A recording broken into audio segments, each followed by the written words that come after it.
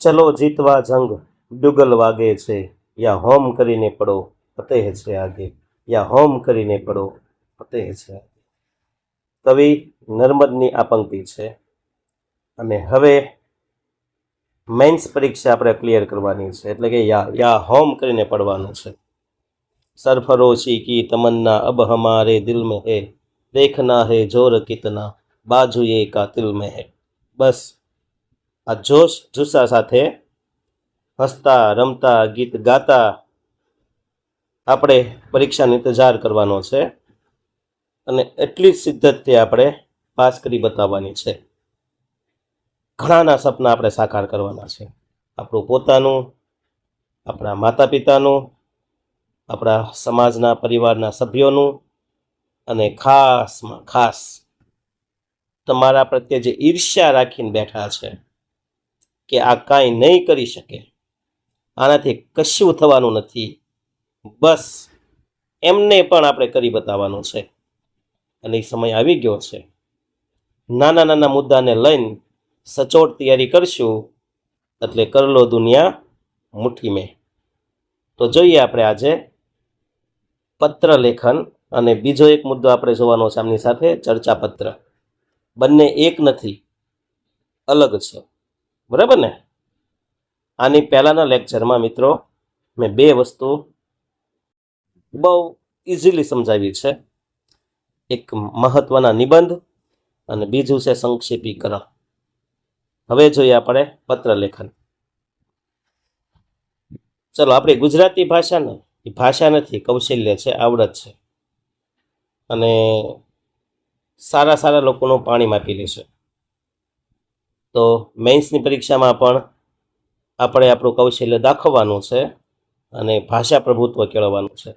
તો શરૂ કરીએ આપણે પત્ર લેખન, જે 10 ગુણમાં પૂછાય છે તે. મોટાભાગે પત્ર આપણે મેન્સમાં કેવા પૂછાશે? તો કે અભિનંદન પાઠવતા, શુભેચ્છા પાઠવતા, વિનંતી કરતો હોય કે ફરિયાદ દર્શાવતો હોય ને એવો ઔપચારિક પત્ર આવશે, બરાબર? ઓફિશિયલી આપણે જે અરજી આવે ને એવો નહીં આવે. બીજું, અનૌપચારિક પત્રમાં પૂરા માર્ક્સ મેળવવા માટે નીચે મહત્વની કેટલીક આપણે પદ્ધતિઓ છે, ટિપ્સ છે, આપણે ધ્યાન રાખશું. તો પહેલા તેના માળખામાં કઈ કઈ બાબત આવે? એક તો આપણે આવશે પત્ર લખનારનું સરનામું, પછી યોગ્ય સંબોધન, પછી વિવેક વચન, સામેવાળાને લખીએ છીએ એને પણ આદર, માન, સન્માન, પ્રેમ, સ્નેહ આપીને લખવાનું છે, એટલે કે વિવેક વચન લખવાના. ચોથો મુદ્દો છે પત્રનું ક્લેવર, એટલે કે ફકરો, જે આપણે 2 થી 3 ફકરામાં આપણે જે મેઇન ઉદ્દેશ સાથે લખીએ છીએ તે. પાંચમો ભાગ છે ભાષા શૈલીના પ્રવાહ, કેવી ભાષા વાપરશું. અને લાસ્ટ મુદ્દો છે આ પત્રનું સમાપન, બરાબર ને? હવે આ બધા ફોર્મેટ કઈ રીતના લખવા એ આપણે જોઈએ. સાંભળો, સાથે મેં ટાઈપિંગ આપ્યું છે, જુઓ. મારા ચહેરા સાથે કોઈને લેવા દેવા નથી, મારું કન્ટેનર કાફી છે તમને આકર્ષવા માટે. તો જોઈએ આપણે સરનામું. તો કે સરનામું અને તારીખ હંમેશા જમણી બાજુ આવશે. આપણે જે પત્ર લખવાનો હોય ને એમાં જમણી બાજુથી આપણે શરૂ કરવું. આમ તો 3 ભાગ હોય, ડાબી સાઈડ, મધ્ય અને જમણી. આ ડાબી સાઈડે નહીં, મધ્ય ભાગે નહીં, જમણા હાથ બાજુની જગ્યા છે ને ત્યાં આપણે સરનામું લખવાનું છે, પત્ર લખનારનું સરનામું. જો બોર્ડવાળા આપ્યું હોય તો એ સરનામું લખવાનું, નામ સરનામું. નહીં તો આપણી રીતના છે એ અબક કરીને અને રોડવા પૂરતું આપણે લખશું. પણ સરનામું લખતી વખતે ખાસ ધ્યાન રાખવાનું, લાઈન જાળવવાની. પહેલો જે શબ્દ શરૂ થયો તો બીજી લાઈનમાં પણ સરનામામાં એની નીચે જ બીજું, ત્રીજું, ચોથું અને છેલ્લે તારીખ, એના ક્રમમાં જ આપણે રાખવાનું છે, આડવળું કરવાનું નથી. અને તારીખ લખવાની સાચી રીત જો આપેલી છે કે 29 જૂન 2026, નહીં કે 29/6/2026. પહેલાં આપણે કઈ તારીખ છે એ કે 29, કયો મહિનો, મહિનો અંકમાં નહીં શબ્દમાં જૂન, અને કઈ સાલવારી છે 2026. બસ બાકી બધું તો જો આવડી જાય. પત્રમાં શું લખવું બધાને ખબર છે, પણ પત્ર લખવાનું છે ને એ કલા છે, અને એના ફોર્મેટમાં લખાય ને તો જ કામનું, નહીતર નહીં. બીજું છે પત્ર લેખનમાં યોગ્ય સંબોધન. તો કે પત્ર આપણે કોને લખીએ છીએ, આપણીથી નાનાને, આપણા મિત્રોને, વડીલોને, કોને લખીએ છીએ એ પ્રમાણે હંમેશા સંબોધન કરવાનું. આ તો ભૂલવાનું જ નહીં. અને સંબોધન હંમેશા છે ને એ આપણે આવશે ડાબી બાજુ. ક્યાં આવશે? ડાબી બાજુ. આ ખાસ યાદ રાખજો. મોટા વડીલ માટે આપણે માતા પિતા શિક્ષક હોય તો પૂજ્ય ગુરુજી, પૂજ્ય પિતાજી, આદરણીય શિક્ષક શ્રી, બરાબર, આવા શબ્દ આપણે વંદનીય શબ્દ વાપરી શકીએ. પણ સરખી ઉંમરના કે મિત્રો હોય તો એને કયો શબ્દ વાપરવાનો સંબોધન માટે? તો હે વયસ્ક, પ્રિય મિત્ર, સ્નેહી મિત્ર, આવા શબ્દ વાપરવાના. પણ નાના ભાઈ બહેન હોય તો વપરાય ચિરંજીવી, પછી નામ જોડવાનું, ચિરંજીવી વિવેક, ચિરંજીવી અશરફ, ચિરંજીવી છે વિક્ટર, એ રીતના. અથવા પ્રિય અનુજ, અનુજ એટલે નાનો ભાઈ, અગ્રજ એટલે મોટો ભાઈ, અનુજ એટલે નાનો ભાઈ. તો આ રીતના આપણે ડાબી બાજુ સંબોધન કરશું. પછી આપણે વિવેક દર્શાવતા શબ્દ વાપરવાના છે કે સંબોધનની બરાબર નીચેની લીટીમાં ડાબી બાજુથી વિવેક વચન લખવું. વડીલો માટે સાદર પ્રણામ લખવાનું, મિત્રો માટે સપ્રેમ સ્મરણ, નાના ભાઈ માટે આશીર્વાદ અથવા અનેક વહાલ.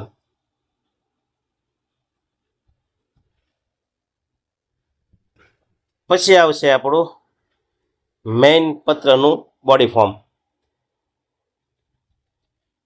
તો કે અનૌપચારિક પત્ર હોય ને એમાં મુખ્યત્વે 3 ભાગમાં હોય. પ્રથમ ફકરો, બીજો અને ત્રીજો. 3 ફકરામાં તો ઢીમ ઢાળી દેવાનું, પૂરું કરી નાખવાનું. પ્રથમ ફકરામાં શું લખવાનું? તો કે શરૂઆત સુધી મુખ્ય મુદ્દાથી ન કરવી. ડાયરેક્ટ આપણો જે મેઇન મુદ્દો છે ને શુભેચ્છાનો, એનાથી નહીં. પહેલા સામેવાળાના ક્ષેમ કુશળ પૂછવાના. કેમ છો? મજામાં?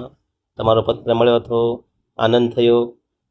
બરાબર, આવા શબ્દ જો આપ્યો છે. દાખલા તમારો પત્ર મળ્યો, આનંદ થયો, અહીં બધા મજામાં છે, આશા છે કે ત્યાં પણ સૌ સેમ કુશળ હશો, મજામાં હશો. આ પ્રથમ ફકરામાં વાત કરવાની.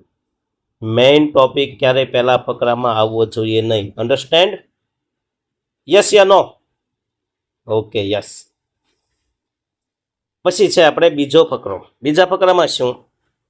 તો કે આ ફકરામાં જે બાબતે પત્ર લખવાનો છે એનું વિસ્તૃત વર્ણન. સમજાણું ને?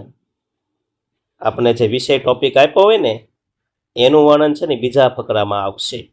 જેમ કે મિત્રને વાંચનનું મહત્વ સમજાવવું છે, કે માતા પિતાને હોસ્ટેલના અનુભવો કહેવા છે, તો એ તમામ અનુભવ કે મહત્વ એ વચ્ચેના ફકરામાં, બીજા ફકરામાં આવશે. ત્યાર પછી ત્રીજો ફકરો. એમાં શું આવશે મિત્રો? ત્રીજા ફકરામાં પત્ર પૂરો કરતા વડીલોને પ્રણામ, નાનાઓને વહાલ પાઠવવાનો રહેશે. ઘરમાં કાકા કાકીને મારા પ્રણામ કહેજો, નાના ચિંટુને વહાલ આપજો, મારા મિત્રોને યાદ આપજો, સ્મરણ કહેજો. બરાબર છે? આવો યાદગીરી રૂપેના શબ્દો એ ત્રીજા ફકરામાં આવશે. હવે આવશે આ પત્રમાં આપણે ભાષા શૈલી કેવી વાપરશું? તો કે સરળ અને ઘરગથ્થુ ભાષા વાપરવાની.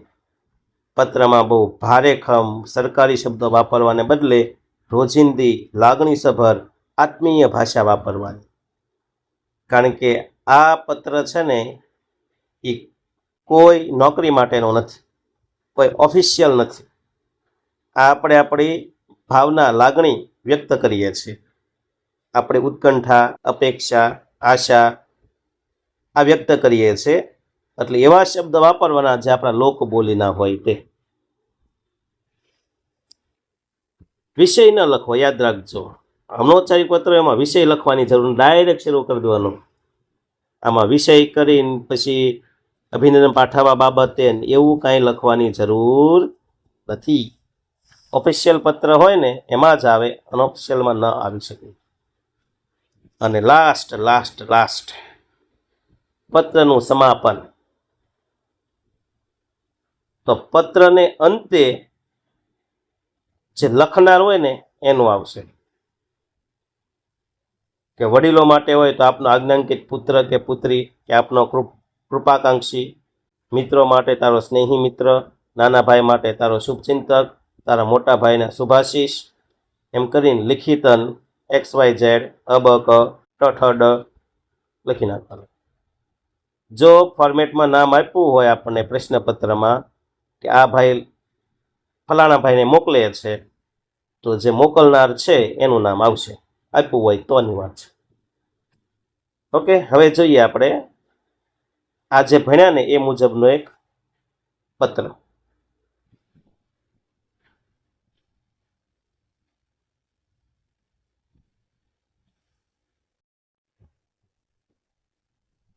પહેલા તો મિત્રો જુઓ, મેં ઓછો ઝૂમ કરીને દેખાડ્યું એટલે તમને ખ્યાલ આવે કે લખનાર કોણ છે. એક મિનિટ, મોકલવાનું છે અબક ને. ક્યાં રહે છે? જો નામ છે અબક, એક્ઝેક્ટ એની નીચે જ તે ક્યાં રહે છે, તો સિવાય રેસિડેન્સી. હજી આગળ સરનામું શરૂ છે તે નીચે જ તે, એક શબ્દ આગળ ને એક શબ્દ પાછળ, એ રીતના નહીં. અને એક્ઝેક્ટ ચ રોડ પૂરો થાય ને એક્ઝેક્ટ નીચે જુઓ તારીખ લખી છે. તો એ જે આ ઊભી લાઈન છે ને જાળવવાની તમારે. અને એ સરનામું છે ને જો જમણી સાઈડ છે પત્રના, વચ્ચે નથી, ડાબી સાઈડ નથી. કઈ બાજુ છે? જમણી બાજુ. પછી આપણે જોયું એમ કે સંબોધન, પ્રિય અનુજ, ક ખ ગ, જે નામ લખો તે. નાનો ભાઈ હોય એટલે શું કહેવાનું? અનેક આશીર્વાદ. પછી પહેલામાં આપણે શું કીધું હતું યાદ છે ને તમને? 3 ફકરા પાડવાના. પહેલામાં શું કીધું છે? તારો પત્ર મળ્યો, વાંચીને આનંદ થયો. અહીંયા અમે બધા મજામાં છીએ, ત્યાં પણ તમે બધા મજામાં હશો. બરાબર, આવી આડેવળી વાત કરવાની. મેઇન વાત ક્યારે કરવાની? વચ્ચેના ફકરામાં. પછી જે વચ્ચેનો ફકરો છે અહીંયા મેઇન ઉદ્દેશ સાથે આપણે આગળ વધવાનું. અને અંતિમ ફકરો છે 3જા નંબરનો, ત્યાં આપણે પૂર્ણાહુતિ તરફ લઈ જવાનું. ઘરના સદસ્યને યાદ કરવાના કે કાકાને પ્રણામ કહેજો, કાકીને યાદ આપજો, મિત્રોને મારું સ્મરણ આપજો, નાના ભાઈ બહેનને શુભેચ્છાઓ પાઠવજો. બરાબર, આ રીતના રહેશે. અને હા, અંતે લિખિતન, નાનો ભાઈ છે એટલે શું લખવાનું? તારો શુભચિંતક મોટો ભાઈ. યર લ અબક ઠઠ ડ બકમ ન. બરાબર, લ્યો હવે એ જુઓ, તારો શુભચિંતક છે ને ઉપર જમણી ઉપર જે આપણે સરનામું શરૂ કર્યું ને એ જ લાઈનમાં એક્ઝેક્ટ નીચે આવવું જોઈએ. પણ ફકરા બધા પૂરા થાય પછી એ ક્રમ પણ આપણે જાળવવાનો છે. તો આ થઈ ગઈ વાત કોની? પત્ર લેખનની. પત્ર લેખન ક્યારે આમ પ્રેક્ટિસ કરાય, લખવા માટે પ્રેક્ટિસ કરાય, પણ ક્યારેય કોઈ બુક લઈને વાંચવા ન બેસાય. આ તો અંતસ્ફૂર્ણા છે, આંતરસૂઝ છે. આ તો એમને આવડી જાય, માત્ર સમજાઈ જાય, ધેટ્સ ઓલ. ઓકે મિત્રો, આ જ લેક્ચરમાં આપણે ક્યાંય જવાનું નથી, અંત સુધી જળવાઈ રહેજો. આપણે આ જ લેક્ચરમાં ચર્ચા પત્ર પણ શરૂ કરવાનો છે. બરાબર, એની પહેલાં એક દમદાર પંક્તિથી આપણે એની શરૂઆત કરીએ કે બીડું ઝડપ્યું છે તો મુઠ્ઠીમાં દબાવી રાખો, સામનો કરવા છાતી સતત ફૂલાવી રાખો, આપશે માર્ગ સ્વયં વિઘ્ન ખસીને, ઘાયલ છે શરત એટલી, આ જુસ્સાને ટકાવી રાખો, આ જુસ્સાને ટકાવી રાખો. હંમેશા ધીરે ધીરે પણ સારું કામ થાય. અમારી જેવા નાના ફોર્મેટવાળા આ જ કામ કરે છે. એક પંક્તિ છે સંસ્કૃતની અંદર કે શન્ને પંથા શન્ને કંથા, શન્ને પર્વત મસ્તકાની, શન્ને વિત્તમ શન્ને ધનમ, પંચતાની શન્ને શન્ને. એટલે કે ધીમે ધીમે કાપડ બને છે, શન્ને પંથા શન્ને કંથા. ધીમે ધીમે છે ને એ દોરો બને છે, ધીમે ધીમે એમાંથી કાપડ બને છે, ધીમે ધીમે પર્વત પર ચડાય છે, ધીમે ધીમે ધન પ્રાપ્ત થાય છે, અને વિદ્યા પણ ધીમે ધીમે જ પ્રાપ્ત થાય છે. આ 5 વસ્તુ આપને ધીમે ધીમે મળે છે. ઉતાવળ કરવી નહીં. ઉતાવળ કરી શૈતાનનું કામ કહેવાય. ઘણાએ બહુ ઉતાવળ કરી છે એટલે એના પરિણામ જોયા છે પ્રિલિમ પરીક્ષામાં. જેને ધીરજ રાખી છે અને આવડે એવા પ્રશ્ન ટીક કર્યા હશે અને બાકીના કર્યા હશે એ અહીં હશે. આ સમજદારી કહેવાય. હાલો જોઈએ આપણે આજનો બીજો ટોપિક. મિત્રો, આ સાંભળો છો ને, મારી અપીલ કે મારી મહેનત તમને ગમતી હોય ને તો દાદ આપજો, લાઈક કરજો, સબસ્ક્રાઈબ કરજો. મારી ચેનલ મોનેટાઈઝ થઈ ગઈ છે, એમાં કોઈ ટેન્શન નથી, પણ થોડુંક અમને એમ હોય ને કે 2-5 રૂપિયા અમને મળે અને તમારા ખિસ્સામાંથી નહીં આવે, અમને તો આ ઉપરવાળા આપશે. એ કયા ઉપરવાળા તમે સમજો છો, બરાબર ને? તો એટલી હેલ્પ મદદ કરજો. બાકી હાવ ખોટા કોમેડી વિડીયો ચડાવી નહીં.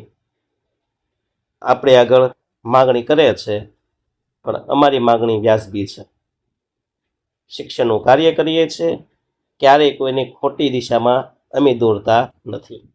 ચાલો આગળ વધીએ. હવે જાજી વાતે ગાડા ન ભરાય, ચર્ચાપત્ર શરૂ કરીએ. હાલો આપણે મિત્રો, આપણે પત્ર લેખન ભણ્યા ને તો અગાઉ આવેલું છે હિન્દીમાં કે પછી આપણે ગુજરાતીમાં, પણ પહેલી વાર ચર્ચાપત્ર આપણી નજર સામે આવે છે, તો ધ્યાનથી આપણે ભણીશું. આ પણ શું છે ખબર છે? ચર્ચાપત્ર એક શીખવાનો વિષય છે, આ ગોખવાનો વિષય નથી. કોઈ પણ વસ્તુ ગોખવાથી કોઈ દે નહીં આવડે. આ ગાંઠ બાંધી અને બેસી જાઓ. તો ચર્ચાપત્ર શું છે? એક તો પહેલાં આપણે પૂછાશે 10 માર્કમાં, અને ચર્ચાપત્રમાં આપણે આશરે 200 શબ્દ, 2-5 આમથી આમ થઈ જાય ચાલશે. પણ ચર્ચાપત્ર શું છે ખબર છે? એ સમાચાર પત્ર સાથે જોડાયેલું છે. કે વર્તમાન સમયની જે સમસ્યા હોય ને એ, અથવા જાહેર પ્રશ્ન એ અંગેના આપણે ક્યારેક મંતવ્ય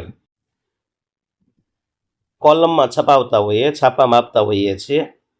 તો એ છાપામાં આપવા માટે આપણે તંત્રીને એક પત્ર લખવો પડે ને, તો જે સમાચાર પત્રના તંત્રીને જે પત્ર લખીએ, બસ એ જ ચર્ચાપત્ર.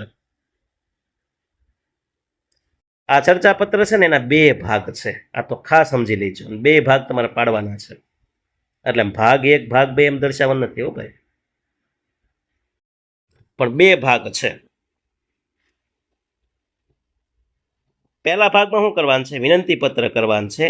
આપણે જે ગુજરાત સમાચાર હોય, સૌરાષ્ટ્ર સમાચાર હોય, દિવ્ય ભાસ્કર હોય, ફુલછાપ હોય, આજકાલ હોય, આજ તક હોય, ધ ઇન્ડિયા હોય,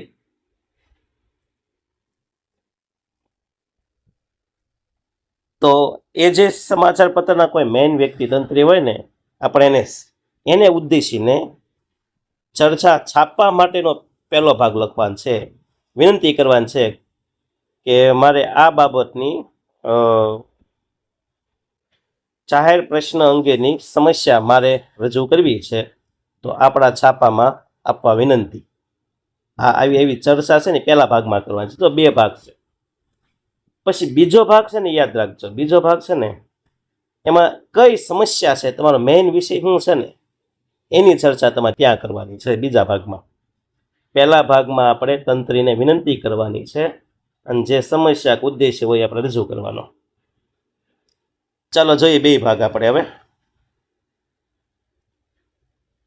પહેલો ભાગ છે ને, ભાગ 1, એમાં તંત્રીને આપણે વિનંતી કરવાની છે, પત્ર છે. હવે એમાંય આપણે તો પત્રની જેમ શું કરવાનું છે? સરનામું લખવાનું છે, બરાબર ને? લખનાર કોણ છે? પત્ર લખનાર, એનું સરનામું છે ને જમણી બાજુ આવશે. પત્રની જેમ તે અબક, અક્ષરધામ સોસાયટી, વાઘાવડ, ભાવનગર, તારીખમાં ફોર્મેટ યાદ રાખજો. હમણાં શીખ્યા આપણે વચ્ચે જૂન છે ને 6 નહીં લખવાનું, જૂન એમ ગુજરાતીમાં શબ્દમાં લખવાનું, પછી અલ્પવિરામ કરવાનો. આ પત્ર લખનારનું સરનામું જમણી બાજુ, પણ તમે તંત્રીને સંબોધીને લખો છો તે પાછું ડાબી સાઈડ આવશે. જ્યાં તારીખ પૂરી થઈ તરત બીજી લાઈનમાં ડાબી સાઈડ નીચેથી એનું શરૂઆત થશે. કે આપણે સંબોધન કરીએ ને કે પ્રતિ માનનીય તંત્રી શ્રી દિવ્ય ભાસ્કર દૈનિક સમાચાર પત્ર ભાવનગર, એમાં પણ જો અલ્પવિરામ પૂરો કરવાનું, છેલ્લે પૂર્ણ વિરામ કરવાનું, બાકી પ્રતિ પછી અલ્પવિરામ, તંત્રીશ્રી અલ્પવિરામ, દિવ્ય ભાસ્કર સમાચાર પત્ર દૈનિક અલ્પવિરામ, અને જ્યાં પૂરું થયું ભાવનગર ત્યાં પૂર્ણ વિરામ. જેવું આપણે ડાબી બાજુ તંત્રીનું સરનામું પૂરું થાય નથી થોડુંક એક ટેપ મારીએ એટલું દૂર એ જ લાઈનની નીચેથી વિષય લખવાનો. જો ભાવનગર પૂરું થયું પછી એમની નીચેથી થોડેક દૂર મધ્ય કરતાં થોડુંક બાજુમાં ડાબી સાઈડ વિષય કરીને અને કયા વિષય તમે છાપવા માગો છો એ અથવા લખવાનું કે ચર્ચા પત્ર પ્રગટ કરવા બાબતે ટૂંકું ટચ. હાલો, પછી ડાયરેક્ટ વાત નહીં કરવાની. સામે સાહેબ હોય છે એમને આદર આપવાનો, માન આપવાનું. તો લખવાનું, આદરણીય સાહેબ શ્રી, સવિનય સાથ જણાવવાનું કે આ સાથે મોકલેલ ચર્ચાપત્ર આપના લોકપ્રિય દૈનિક સમાચાર પત્રની વિચાર મંચ અથવા લોકમંચ કોલમમાં પ્રગટ કરવા નમ્ર વિનંતી છે. આ ચર્ચાપત્ર લોકજાગૃતિ અને જાહેર હિત માટે અત્યંત જરૂરી હોવાથી આપ તેને આપના અખબારમાં યોગ્ય સ્થાન આપશો તેવી આશા છે. જો વિનંતી કરી છે અહીંયા, હુકમ ન કરવાનો, આપજો. કેમ ન આપો? કોઈ ભાજી ખાવાના ભાંગીને આપશે. એટલે અહીંયા શું કરવાનું છે? અપેક્ષાઓ દર્શાવવાની છે, આશાઓ રાખવાની છે. બરાબર? તો એ રીતના વિનંતી કરતો આ પહેલો ભાગ આપણે લખવાનો છે. હવે તમારે શું પેપરમાં આપવું છે ને એ આમાં નથી લખવાનું, એ તો હજી બીજો ભાગ બાકી છે આપણો. પછી લખવાનું, સહકારની અપેક્ષા સહ આપનો વિશ્વાસુ, સહી કરીને અબ ક ડ જે નામ હોય એ. અને ખાસ એક મુદ્દો એ પાડવાનો છે છેલ્લે, બિડાણ. કારણ કે તમે તંત્રીને કીધું છે કે તમારી કોલમમાં આ લખજો, પણ એ હું લખવાનું છે તંત્રીને થોડી ખબર છે. તમારે એની સાથે તમારે જે વિચાર રજૂ કરવો છો એ અલગ પેજમાં લખવો તો પડશે ને. એ બિડાણ તરીકે ત્યાં આપણે લખવાનું છે ચર્ચાપત્ર. અને પછી જે છાપામાં ખરેખર છાપવાનું છે ને, હું માહિતી આપવાની છે, હવે આ બીજા ભાગમાં શરૂ થશે. જો પરીક્ષામાં આ ભાગ નવા પેજ ઉપર અથવા પેજની વચ્ચે ચર્ચાપત્ર એવું હેડિંગ મારીને શરૂ કરવો. ઉપર લખવાનું છે ચર્ચાપત્ર, હેડિંગ મારજો. ભાગ 2 એમ નહીં, મુખ્ય ચર્ચાપત્ર અથવા ચર્ચાપત્ર એમ હેડિંગ મારીને પછી આપણો મુદ્દો લખવાનો કે શહેરમાં વધતી જતી ગુનાખોરી અને સુરક્ષા બાબતે. એમાં પણ લખવાનું, ભાઈ માનનીય તંત્રીશ્રી, આપના લોકપ્રિય અખબારના ચર્ચાપત્ર વિભાગ દ્વારા હું આપણા શહેરમાં દિન પ્રતિદિન વધી રહેલી ચોરી અને ગુનાખોરીની ઘટનાઓ તરફ તંત્ર અને જનતાનું ધ્યાન દોરવા માગું છું. છેલ્લા કેટલાક સમયથી શહેરમાં ચેઇન સ્નેચિંગ, ઘરફોડ ચોરી, વરિષ્ઠ નાગરિકો પર થતા હુમલાના કિસ્સાઓ ચિંતાજનક રીતે વધ્યા છે. રાત્રિના સમયે અવાવરૂ રસ્તાઓ પર નીકળવું મહિલા માટે અસુરક્ષિત બન્યું છે. ધોળા દિવસે પણ આવી ઘટનાઓ બનતા નાગરિકોમાં ભયનો માહોલ છે. શબ્દ તે વાપરવાના હચમચી જાય. આ સમસ્યાના ઉકેલ માટે પોલીસ તંત્ર દ્વારા રાત્રિ પેટ્રોલિંગ વધારવામાં આવે તે ખૂબ જરૂરી છે.